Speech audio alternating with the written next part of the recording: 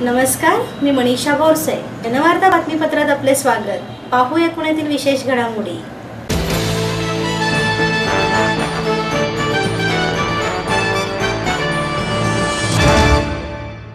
उच्च शिक्षणासाठी राज्यातील 125 विद्यार्थ्यांना परदेशी जाण्यासाठी शिष्यवृत्ती दिली जाणार असल्याची माहिती राज्याचे सामाजिक न्याय मंत्री दिलीप कांबळे यांनी दिली.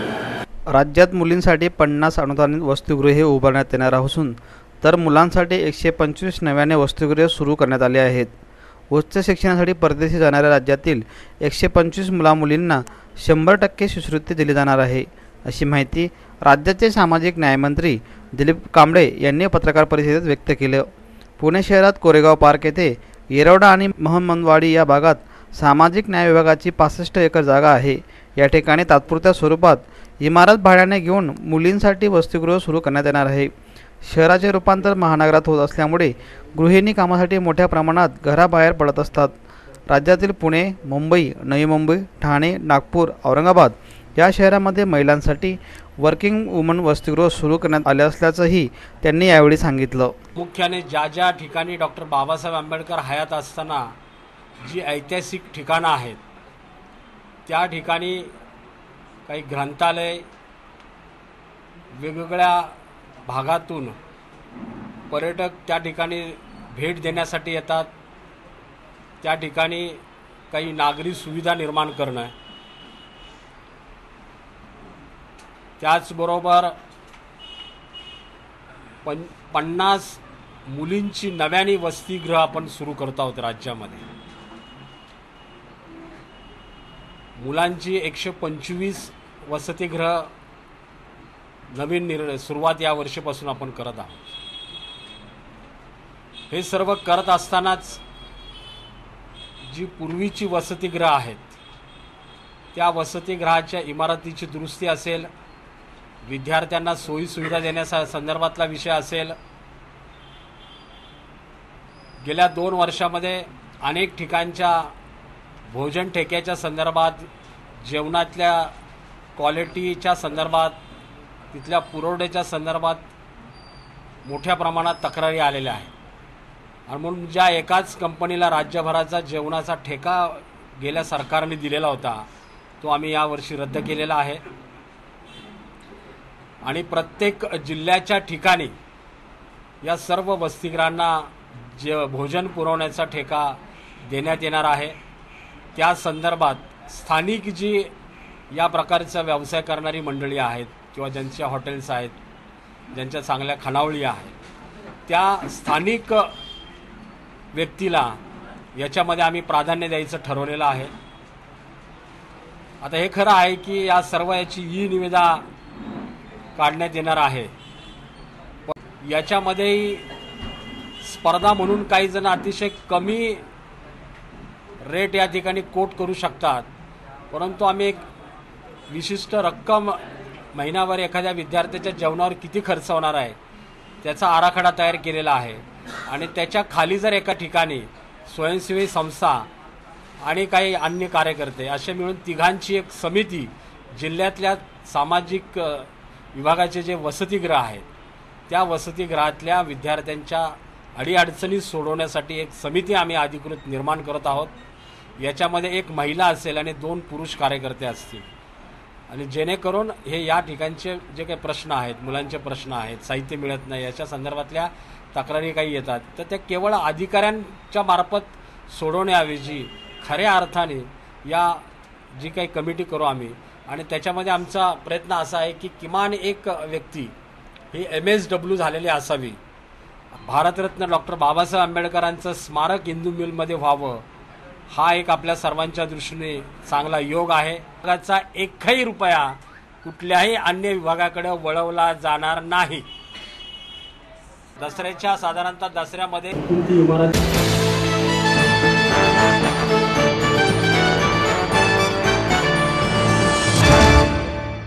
प्रदूषण टाळण्यासाठी केंद्र शासन प्रयत्न करेल असे वक्तव्य पर्यावरण राज्यमंत्री प्रकाश जावडेकर यांनी केले. विकासाचा वेग आणि उत्पादन क्षमता वाढवत असताना ऊर्जेचा कमीत कमी वापर आणि प्रदूषण टाळण्यासाठी केंद्र सरकार प्रयत्न करणार आहे.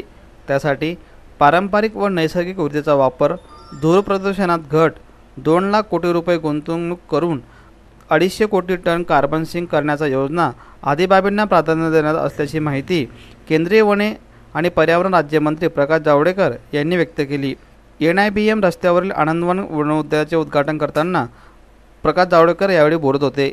समाज कल्याण राज्यमंत्री दिलीप कांबळे, खासदार शिवाजीराव आढळराव पाटील, आमदार योगेश टिडेकर, नगरसेविका नंदा लोणकर, मुख्य वनसंरक्षक जीत सिंग यांच्यासह आदी मान्यवर यावेळी उपस्थित होते। मनुष्य ऑक्सीजन लेता है, उसी को ही प्राणवायु कहते हैं, क्योंकि उसी से हम जिंदा रहते हैं। तो हमें प्राणवायु चाहिए और हम प्राणवायु को कार्बन डाइऑक्साइड में बदल के छोड़ते हैं। सृष्टि की रचना ऐसी है प्रकृति की कि ये मैं यहाँ कार्बन डाइऑक्साइड वायु छोड़ रहे, ये पेड़ उसको सोख रहे और कार्बन डाइऑक्साइड वायु को सोख कर वो बदलते हैं और हमारे लिए ऑक्सीजन फिर से निर्माण करके छोड़ते हैं। यही तो नाता है हमारा और वृक्षों का। और ये जो नाता है इसको बलशाली करने के लिए हर शहर में कहीं 50 एकड़, कहीं 200 हेक्टर, मैंने देखा हर शहर में जंगल की जमीन है, लेकिन वहां जंगल नहीं है। ये एक बड़ी कमी थी कि जंगल की जमीन, रिकॉर्ड में जंगल है, वहां पूरा ही अमंगल है। यही था यहाँ की कहानी। लेकिन जब जनता जाग उठती है तो क्या होता है, इसी का ये नमूना है। इसलिए हमने एक भी योजना ऐसी नहीं की कि सरकारी अधिकारी केवल करेंगे, नहीं, सरकार केवल सहायता करेगी, लोग करेंगे और लोगों के साथ हम खड़े रहेंगे और हम सब मिलके इस देश को स्वच्छ भारत भी बनाएंगे और हरित भारत भी बनाएंगे। Clean India, green India, this is our mission. नहीं तो आक्रमण होता है। मैंने वारजे में पहला काम शुरू किया, वहां 50 हेक्टर में 4000 पेड़ लग गए। आज इतने बड़े बड़े हो गए। एक बारिश अच्छा हो गया और भी होगा ऐसा मुझे उम्मीद है, क्योंकि पुणे को पानी की जरूरत है। वो ईश्वर भी सुनता है, अल्लाह ताला भी सुनता है, सब सुनते हैं। तो ये हमें मिलेगा और पानी मिलेगा। तो वो एक जंगल फिर पर्वती का है। फिर आपने रामनगर और बाकी उल्लेख किया, पुणे के आसपास सभी जो पहाड़ है, छोटी छोटी पहाड़ियां हैं, उन सभी पहाड़ियों पर अच्छा वन का निर्माण हो और उसकी रक्षा हो, उसका आक्रमण न हो। ये कार्यक्रम हमारा प्राथमिक कार्यक्रम रहेगा आने वाले दिनों। और इसलिए इस कार्यक्रम को यहाँ फॉरेस्ट ट्रेल भी बनेगा, यहाँ पानी की जगह भी बनेगी, यहाँ वॉच टावर भी, यानी निरीक्षण करने के लिए, पक्षी निरीक्षण के लिए वहां ऊपर जाने के लिए भी सुविधा होगी। जीत सिंग असतील, त्यांचे सहकारी असतील आणि आदरणीय प्रकाशजी जावडेकर साहेबांना खूप खूप धन्यवाद आपल्या सर्वांच्या वतीने। कारण मी जे गेल्या 15 वर्षात जे वन विभाग जे अनुभवलेला आहे, वन विभागाचा कार्य म्हणजे जे पद्धती पाहिली होती किंवा पर्यावरण विभागाची पद्धत, अडवणूक करणे, म्हणजे आमच्या या संरक्षण विभागाच्या मध्ये ही सगळी जे वन आहे याच्यामध्ये नागरिकांनी यायचं नाही। पर्यावरण विभागाचं असं होतं की कुठलाही काम आम्ही करणार नाही। म्हणजे छत्रपती शिवरायांचा पुतळा त्या अरबी समुद्रामध्ये उभा करण्याचं काम गेली 15-10 वर्ष आम्ही केवळ ऐकत होतो आणि दरवेळेस आम्हाला असं ऐकायला मिळायचं की पर्यावरण विभागाची परवानगी अडकलेली आहे। पण मला सांगायला आनंद आणि अभिमान वाटतोय की केंद्रामध्ये भारतीय जनता पार्टीचं सरकार आल्यानंतर, आदरणीय नरेंद्रभाई मोदींचं सरकार आल्यानंतर सन्माननीय प्रकाशजी जावडेकर साहेबांच्याकडे पर्यावरण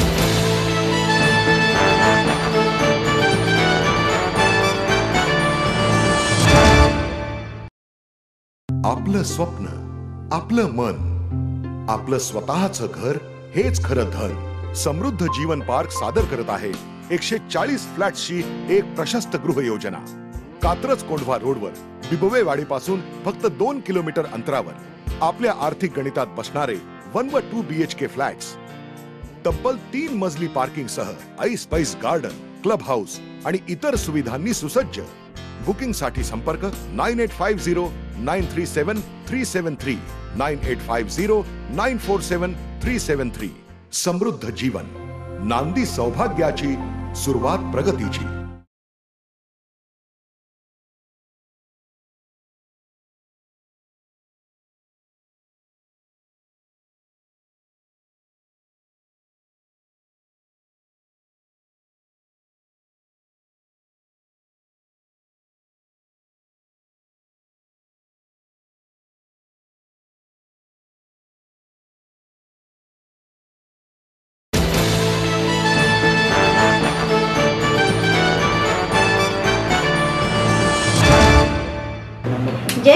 नागरिकांना उत्साह मिळण्यासाठी जनसेवा फाउंडेशनचा आनंद मेळाव्याचे आयोजन करण्यात आले होते।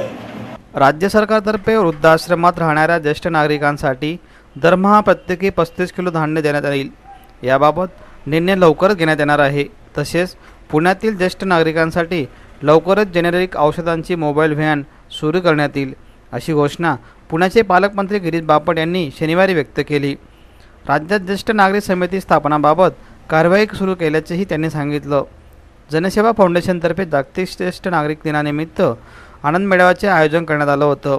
यावेळी केंद्रीय वन पर्यावरण मंत्री प्रकाश जावडेकर, महापौर दत्तात्रय धनकवडे, उपमहापौर आबा बागुल, आमदार मेघा कुलकर्णी, योगेश टिडेकर, तसेच मदन बाफना, मदनभाई सुरा, प्रतापराव भोसले, मोहन जोशी, अंकुश काकडे, रमणभाई शहा, मनीषा चोरबोले, हरीशभाई शहा, हिराबाई शहा चोखावाला, डॉक्टर विनोद अँड मीना शहा यांच्यासह आदी मान्यवर उपस्थित होते।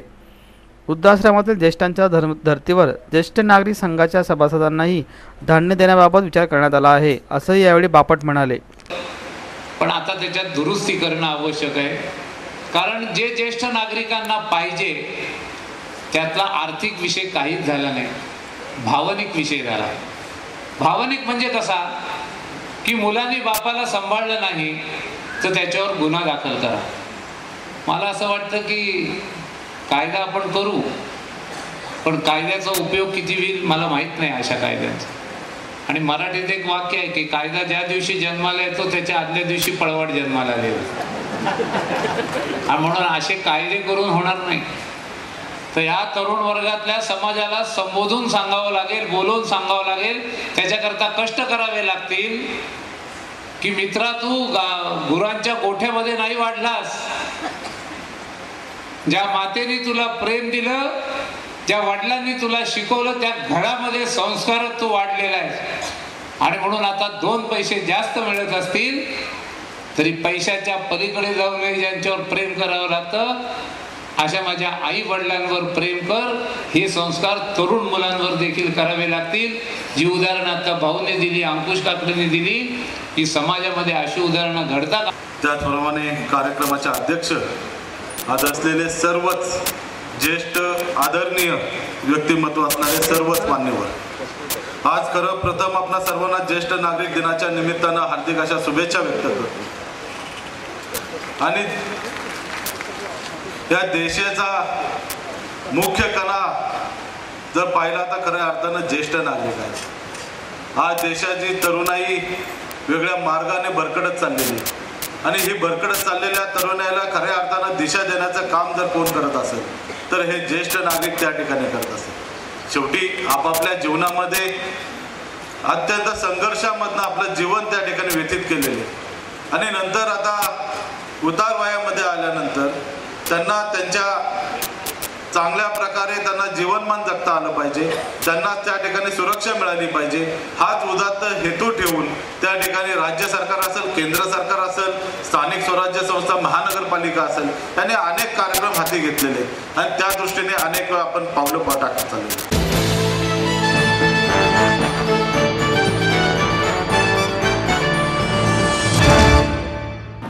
डॉक्टर नरेंद्र दाभोळकर आणि पानसरे यांच्या खुनाच्या तपासाकडे शासन लक्ष विचलित करीत असल्याचा आरोप अनिसने केला आहे। कॉम्रेड गोविंद पानसरे, डॉक्टर नरेंद्र दाभोळकर, प्राध्यापक डॉक्टर SM कलबुर्गी यांच्या खुनाच्या तपासावर लक्ष केंद्रित करण्याऐवजी संभोवनाला अवास्तव महत्त्व दिलं जात आहे। त्याद्वारे जाणीवपूर्वक दिशाभूल करण्याचा प्रयत्न होत आहे। तपास यंत्रणांनी तपासावर लक्ष केंद्रित करण्याची गरज आहे, अशी मागणी अंधश्रद्धा निर्मूलन समितीचे राज्य सरचिटणीस डॉक्टर हमीद दाभोळकर यांनी केली। अनितचे कार्याध्यक्ष अविनाश पाटील, प्रधान सचिव मिलिंद देशमुख, नंदिनी जाधव, श्रीपाल ललवाणी, परेश शहा, माधव बागवे आदी यावेळी उपस्थित होते। तिन्ही हत्यांच्या संदर्भात संपूर्ण तपासात संभोवन हा कटाचा केवळ एक भाग आहे। संभोवनापेक्षा हिंसक कारवाया करण्यासाठी मानवी मनाचे कट्टीकरण करण्याचा प्रवृत्ती अत्यंत घातक आहे, याचे गांभीर्य समाजासमोर आले पाहिजे। श्याम मानव आणि सनातन संस्थेमधील आरोप प्रत्यारोपामुळे तपास यंत्रणांची दिशाभूल होत असल्याचंही हमीद यांनी सांगितलं। महाराष्ट्र अंधश्रद्धा निर्मूलन समिती म्हणून आमचं असं मत आहे की ही दिशाभूल आहे। मुख्य कामापासून, मुख्य जबाबदारीपासून ती तपास यंत्रणांची पण होते आणि त्यामुळे त्याबद्दलची चर्चा जी होते, घडून आणली जाते, त्याच्यामुळे समाजाची आणि देशाची पण होते, ती दिशाभूल थांबली पाहिजे. आणि ह्या ज्या काही मोडस ऑपरेंडी कार्यपद्धती आहे लोकांना आकर्षित करण्याचा, लोकांना प्रभावित करण्याच्या, लोकांना आपल्या कामामध्ये आणण्याच्या, याची चर्चा लॅटर ऑन स्टेज आपल्याला निश्चित करता येईल. आणि त्याच्याबद्दल संवादासारखे विषय जे पुढे येत आहेत आणि त्यातनं आव्हानांवर भर दिला जातो आहे. तर मला वाटतं ते आपलं डायव्हर्शन ऑफ फोकस आहे. मुद्दा अजून वेगळा चर्चेचा, याच्याबद्दल पूर्वी महाराष्ट्रामध्ये जाहीर वादविवाद झालेले आहेत, लिखित स्वरूपात त्याबद्दल बरीच प्रसिद्धी झालेली आहे आणि ते नंतर देखील करता येणार. पण आत्ता जे थेट कारवाई पानसरेंच्या खुनाच्या तपासामध्ये जी काही पाऊल पडलेलं आहे त्याच्या दिशेने आणि पानसरेंच्या नंतर दाभोळकरांच्या खुनाच्या तपासाचा संबंध त्याच्याशी जोडून तपास यंत्रणेने त्याच्या संदर्भात यंत्रणांशी बोलून आणि कलबुर्गींच्या खुनाच्या बद्दल देखील तिथल्या तपास यंत्रणांनी या संबंधित SITशी बोलून याबद्दलचा समन्वय साधला पाहिजे. तपासामध्ये एक स्वागतार्ह पाऊल आहे असं आम्ही मानतो. गेली 2 वर्ष सातत्याने अशा स्वरूपाच्या प्रवृत्ती याच्या पाठीशी असू शकतील आणि त्यांची सखोल चौकशी व्हावी अशी मागणी केली जात होती. त्या अनुषंगाने हे पडलेलं पाऊल आहे, पण ते पुरेसं नाही. त्या सगळ्याची दाभोळकर आणि कलबुर्गींच्या खुनाशी काय धागेदोरे आहेत याची सखोल चौकशी होणं आवश्यक आहे, कारण याच्या पाठीशी एकाच स्वरूपाच्या प्रवृत्ती असण्याची शक्यता आहे. आणि हे स्वागतार्ह आहे की NIA सारखी या देशातली सर्वोच्च तपास यंत्रणा, CBI, कर्नाटक पोलीस आणि SIT हे सगळे या तपासामध्ये एकत्रितरित्या काम करतायत. न्यायालयामध्ये जी रीट पिटिशन दाखल करण्यात आलेली आहे दाभोळकर आणि पानसरे कुटुंबियांच्या पुढाकारांनी ॲडव्होकेट नेवगींच्या मार्फत, तिच्यानंतरच ही सगळी सूत्र हलायला लागली. त्याच्यामुळे न्यायालयाच्या दबावामुळे तर हे घडत नाहीये ना अशी एक शंका मनात येते. पण कुठल्याही कारणानं का असेना तपास एका दिशेनं पुढे जातोय आणि न्यायालय त्याच्यावरती देखरेख ठेवणार आहे, हे मला वाटतं खूप महत्त्वाची बाब आहे. 6 तारखेला न्यायालयामध्ये SIT पानसरे सरांच्या खुनाचा तपास करणारी आणि दाभोळकरांच्या खुनाचा तपास करणारी CBI या दोघांनाही न्यायालयामध्ये स्वतःचा स्टेटस रिपोर्ट दाखल करायचा आहे आणि त्या अनुषंगाने न्यायालय या प्रक्रियेवरती देखरेख ठेवेल याची आम्हाला खात्री आहे. या सगळ्याच्या पलीकडे ज्या संस्था संघटनांच्या वरती याचा संशय आहे त्या सातत्याने कट्टरीकरणाची भाषा बोलतायत गेली अनेक वर्ष. त्याच्याविषयीचे पुरावे सर्व संबंधित ऑथॉरिटीजना राज्य शासनाच्या मंत्र्यांपासून केंद्रीय गृहमंत्र्यांपर्यंत देण्यात आलेले आहेत आणि तरी देखील त्यांच्यावरती कारवाई केली जात नाही. याविषयी आम्ही खूप चिंतित आहोत आणि त्यामुळे मुख्यमंत्री, गृहमंत्री आणि केंद्रीय गृहमंत्र्यांनी देशविघातक वर्तणूक आणि वक्तव्य करणाऱ्या या लोकांच्या विषयी आपली काय भूमिका आहे हे तातडीनं महाराष्ट्राच्या जनतेसमोर जाहीर करावं असं देखील आम्हाला सगळ्यांना या अनुषंगाने वाटतं.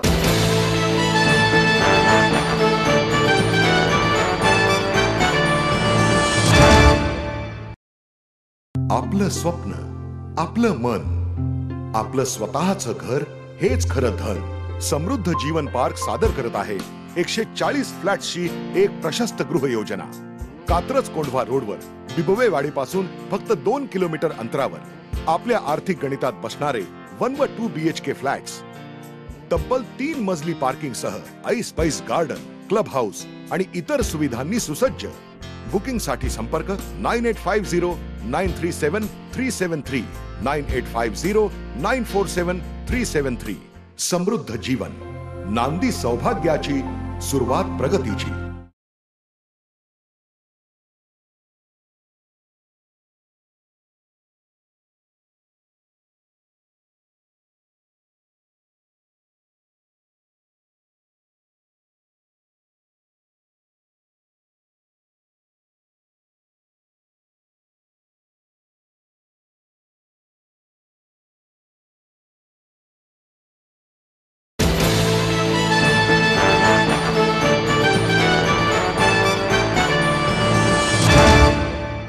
देशाचे संविधान वाचविण्यासाठी सामान्य नागरिकांनी प्रयत्न करावे असे मत माजी न्यायमूर्ती BG कोळसे पाटील यांनी सांगितले.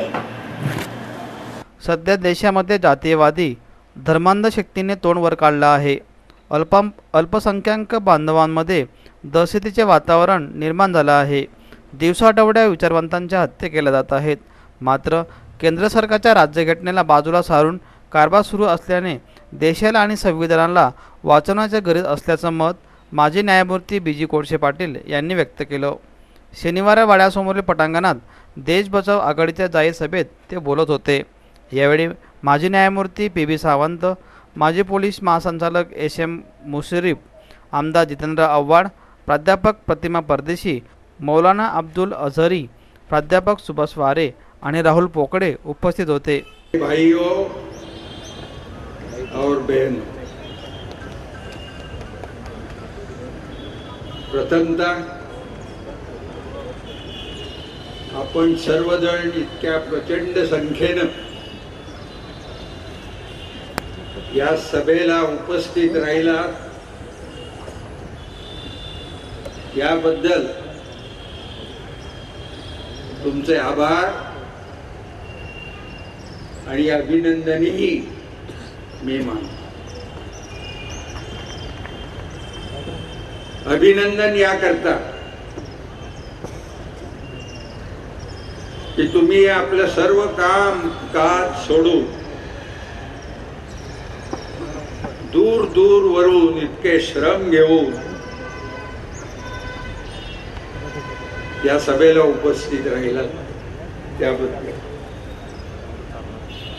आणि आभार याकरता की पुरोगामी विचारवंतांनी आणि समाज कार्यकर्त्यांनी देशावर आलेल्या संकटाचं निवारण करण्यासाठी ही जी जाहीर सभा बोलावली आहे त्या सभेला आपण इतक्या प्रचंड संख्येनं उत्स्फूर्तपणे प्रतिसाद दिल्याबद्दल मित्रहो, आपल्या देशावर एक नाही अनेक संकट आलेली.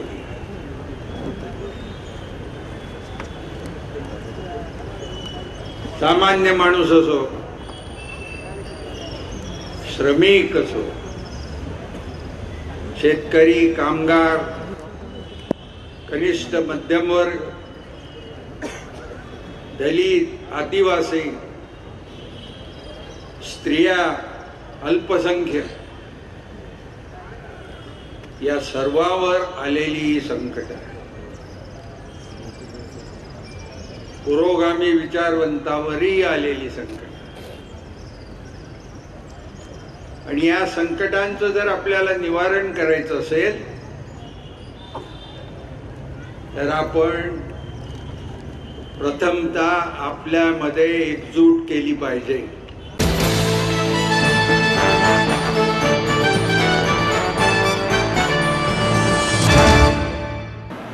सनातन संस्थेवर बंदी आणावी यासाठी भारिप बहुजन संघटनेच्या वतीने आंदोलन करण्यात आले. सनातन संस्थेची मान्यता रद्द करावी, संस्थेच्या प्रमुखांवर व प्रवक्त्यांवर कारवाई करण्यात यावी या मागण्यांसाठी भारिप बहुजन महासंघाने दांडेकर पूल येथे रास्ता रोको करून सनातनचा निषेध केला. तसेच संस्थेच्या अंकाची होडी देखील करण्यात आली. महासंघाच्या महाराष्ट्राच्या महिला आघाडी अध्यक्षा ॲडव्होकेट वैशाली चांदणे यांच्या नेतृत्वाखाली आंदोलन झालं. उमेश चव्हाण, अनिल गायकवाड, दत्ता सुरते, मच्छिंद्र गायकवाड, हनुमंत फडके, रामदास चौरे, अभिनव साबळे, वल्लप्पा म्हस्के यांच्यासह आदी बहुजन समाजवादी पार्टीचे कार्यकर्ते उपस्थित होते.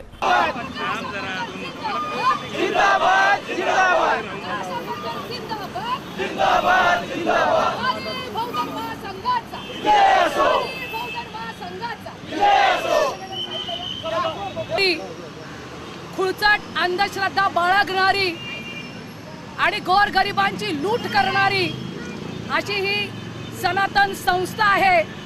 आणि आपण जर पाहिलं तर दाभोळकरांची हत्या झाली. गेल्या वर्षी कॉम्रेड गोविंद पानसरेंची हत्या झाली.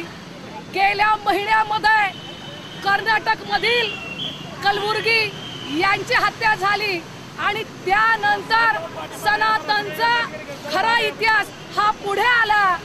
16 सप्टेंबरला समीर गायकवाडला अटक करण्यात आली आणि अटक केल्यानंतर ही सनातन संस्था म्हणजे काय याचा इतिहास हा माध्यमांनी शोधून काढला आणि 1990 साली जयंत आठवले या गृहस्थाने ही संस्था सनातन संस्था निर्माण केली, स्थापन केली आणि त्यांनी असं सांगितलं की याचा उद्देश फक्त हिंदू राष्ट्र निर्माण करण्यासाठी आहे. परंतु बंधू आणि भगिनींनो, त्यांचा उद्देश तसा नाही. कारण जर तसा उद्देश असता तर आम्ही कुणीही आक्षेप घेतला नाही. तर त्या संस्थेच्या माध्यमातून जे साधक आहे त्या साधकांना आध्यात्मिक शिक्षण देण्याऐवजी निम लष्करी शिक्षण दिलं जातं. 50 वर्षीय ज्येष्ठ नागरिकाची हत्या झाली आणि सनातननी सांगितलं की जो गायीची हत्या करेल, जो गोमातेची हत्या करेल त्या माणसाची हत्या आम्ही करू. एका भाकड गायीसाठी माणसं मारण्याची घोषणा करणाऱ्या सनातनचा निषेध आम्ही या ठिकाणी तीव्रपणे करीत आहोत. फेसबुकच्या मुख्यालयामध्ये मोदींनी आम्ही किती भावनिक आहोत हे दाखवलं. ज्यावेळी त्यांच्या आईबद्दल प्रश्न विचारला गेला त्यावेळेस त्यांच्या डोळ्यातून अश्रू आले. परंतु दिल्लीमध्ये अखलक मारला गेला त्याबद्दल मोदींनी एक शब्द काढला नाही. या मोदीच्या फॅशिझमचा आम्ही तीव्रपणे या ठिकाणी धिक्कार आणि निषेध करतो.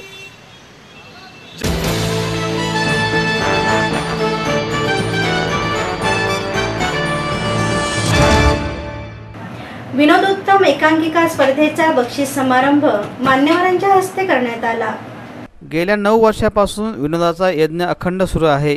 आतापर्यंतच्या 9 वर्षाच्या स्पर्धांमधील पहिल्या 3 विजेत्या सर्व एकांकिकांच्या सादरीकरणाचं आयोजन लवकरच करण्यात येणार असून यातून मिळणारा निधी दुष्काळग्रस्तांच्या मदतीसाठी नाम फाउंडेशनला सुपूर्द करण्यात येईल, अशी घोषणा वनखेडे फाउंडेशनचे उपाध्यक्ष मनोहर कोलते यांनी व्यक्त केलं. पुणेकरांना निखळ हास्याची अनुभूती देणाऱ्या विनोदोत्तम एकांकिका स्पर्धेवर अथांग नाट्यनिर्मितीच्या 99 बादची सफर या एकांकिकेने मोहर उमटवली. विजेत्या संघाला ज्येष्ठ विनोदी अभिनेते सुनील गोडबोले आणि प्रसिद्ध अभिनेता सुयश टिळक यांच्या हस्ते करंडक देऊन गौरवण्यात आलं. यावेळी विद्यार्थ्यांनी एकच जल्लोष केला होता. वनखेडे फाउंडेशनतर्फे आयोजित विनोदोत्तम स्पर्धेचा पारितोषिक वितरण समारंभ यावेळी संपन्न झाला. वनखेडे फाउंडेशनचे अध्यक्ष प्रकाश कुलकर्णी, उपाध्यक्ष मनोहर कोलते, विनोदोत्तम संस्थापक हेमंत नगरकर, अमित पाटील, अमर परदेशी, राजू पुणेकर आदी उपस्थित होते.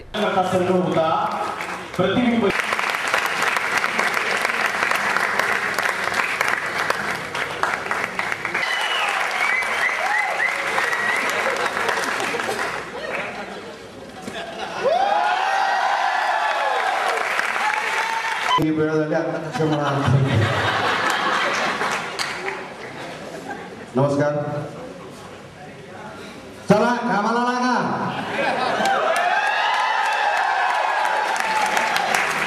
असं बोलणारा माणूस आमच्या या सिरियलचे हिरो सुद्धा इथे बसलेले आहेत. सुरेश टिळक यांना मी खूप त्रास देतो. यांची पत्नी अदिती हिलाही मी खूप त्रास देतो. कारण प्रत्येक ठिकाणी मला हे ऐकावं लागतं की नका हो आमच्या अतिथीला आणि नका हो आमच्या त्रास देऊ नका हो त्रास. 96 वर्षाच्या पासून ते अगदी 8-10 वर्षांच्या मुलांपर्यंत हे डायलॉग मला ऐकायला मिळतात. हे ह्यांच्या दोघांच्या अभिनयाचं श्रेय आहे असं मी म्हणतो.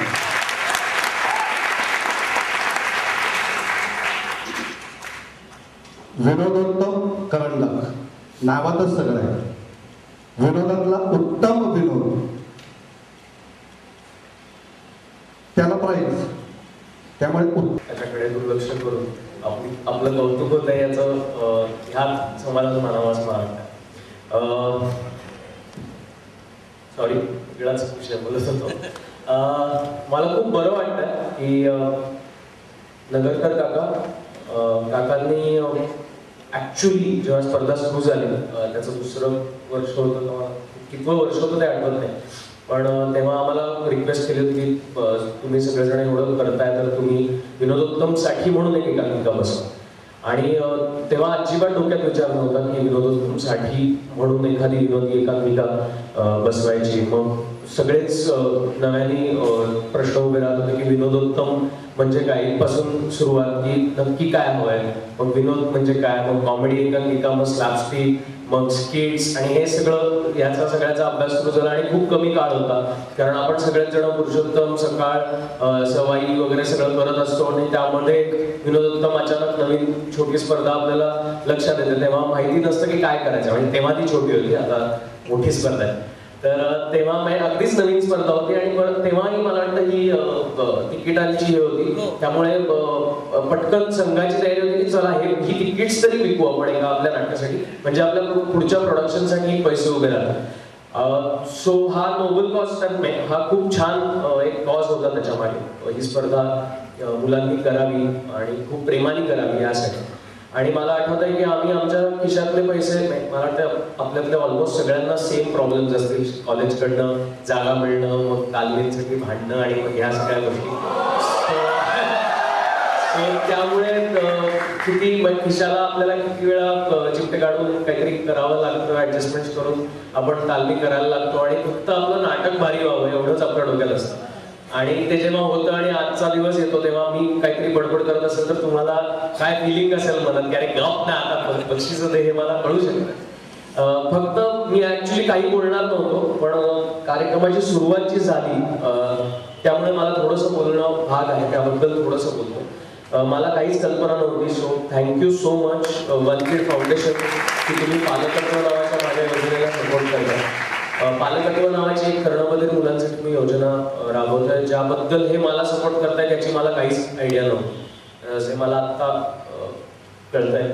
तर ही मदत मी त्या मुलांपर्यंत नक्की पोहोचेल, कारण ती मदत अशी आहे की कर्णबधिर मुलं जी खालच्या लोअर इकॉनॉमिक क्लास मधली जी मुलं आहेत त्यांना शिक्षणाचे बरेचसे चॅलेंजेस येतात आणि त्यांचं एज्युकेशन कोणीतरी दरवर्षी पॅरेंटिंग त्यांचं करावं या हेतूने मी एका मुलाला दत्तक घेऊन मग तो प्रवास सुरू झाला आणि आज आम्ही ऑलमोस्ट 40 मुलांचं पॅरेंटिंग घेतलेलं आहे.